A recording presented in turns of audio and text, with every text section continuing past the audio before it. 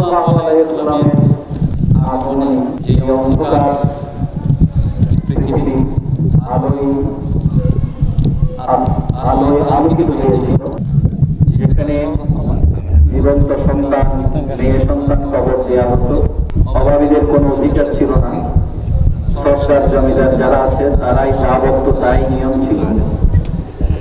সেই জাহেলি যুগে রাসূল সাল্লাল্লাহু আলাইহি ওয়াসাল্লামের আগমনে এমন একটা সমাজ প্রতিষ্ঠা করলেন, যে সমাজে গরিব কালো ধলো নির্বিশেষ কোনো ভেদাভেদ ছিল না। আল্লাহ পাক ঘোষণা করেছেন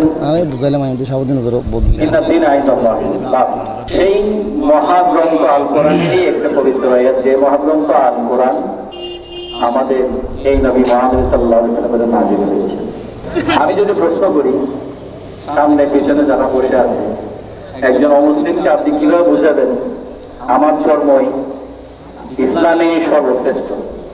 এটা আমরা ওয়াজ নসিহতে সবাই প্রায় করে থাকি, ইসলামই সর্বশ্রেষ্ঠ। এই বিষয়টা আপনি অমুসলিমদেরকে বুঝাবেন কি হবে? সেও তো বলবে আমার ধর্ম শ্রেষ্ঠ, একজন হিন্দু সেও বলবো আমার ধর্ম শ্রেষ্ঠ, একজন বৌদ্ধ সেও বলবো আমার ধর্ম শ্রেষ্ঠ, একজন খ্রিস্টান সেও বলবে আমার ধর্ম শ্রেষ্ঠ। আপনি কিভাবে বুঝাবেন? এই বিষয়গুলো আমরা তো নামাজ রোজা হজ যাকাত নিয়মিত ওয়াজগুলো শুনে থাকি, এই বিষয়গুলো আমাদের মাথায় শ্রেষ্ঠ। এই জন্য এই ধর্ম নিয়ে এসছেন এমন একজন শ্রেষ্ঠ মানব, যাকে শ্রেষ্ঠ হিসেবে ঘোষণা করেছেন অমুসলিমরাই। মাইকেল এইচ হার্ট, তিনি একজন খ্রিস্টান, তিনি তার 100 নামক বইতে পৃথিবীর শ্রেষ্ঠ রাষ্ট্রনায়কদের মধ্যে 1 নম্বরে রেখেছেন হযরত মুহাম্মদ সাল্লাল্লাহু আলাইহি ওয়াসাল্লাম।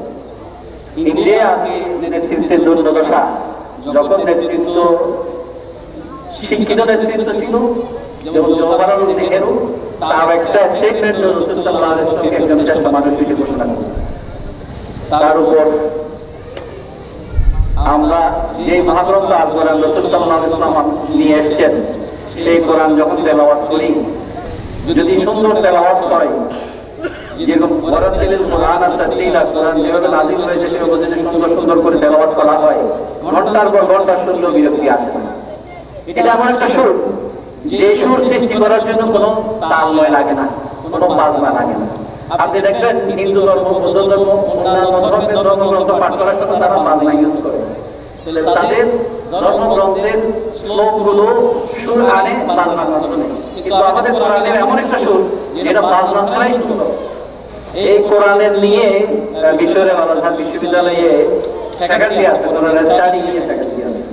শুধু কোরআনের স্টাডি না, আযান, যেটা আমরা 5 ওয়াক্ত নামাজের যেই সুরের মাধ্যমে মানুষকে ডাকি, সেই আযান দেওয়ার সময় কি কোনো বাজনা ইউজ করি আমরা?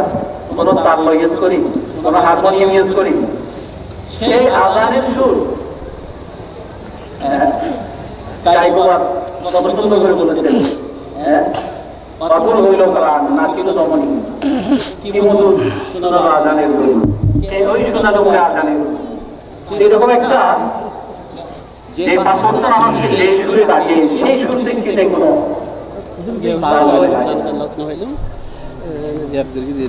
ইসলাম প্রমাণ করে এইভাবে যে কোরআনের সুরের জন্য কোনো তালময় লাগে না, কোনো বাজনা লাগে না। যে সুর দিয়ে মানুষকে 5 ওয়াক্ত ডাকা হয়, সেই সুর সৃষ্টি করার জন্য কোনো তাল বাজনা লাগে না।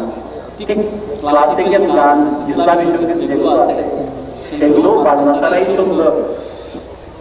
সোনা দানা বালা খানা সব রাহিনা বেজাকাত মুর্দা মনে শু আসমানি তাহি। বাজনা ছাড়াই ক্লাসিক্যাল গানগুলো সুন্দর। ইসলামের সৌন্দর্য অটোমেটিক, যেটা নাজিল হয়েছে, যেটা অতীত হয়েছে, যেটা আমরা লোকজনদেরকে 5 ওয়াক্ত নামাজে ডাকি, বোঝা কোনো কিছু আর্টিফিশিয়াল, কোনো কিছু ছাড়াই সুন্দর। এই হিসেবে ইসলাম অন্যান্য ধর্মের উপর শ্রেষ্ঠ। আমি যে শুরু করেছিলাম সে শেষ করছি। আসসালামু আলাইকুম ওয়া রাহমাতুল্লাহি ওয়া বারাকাতুহু। বিভিন্ন অতিথিবৃন্দ আছেন।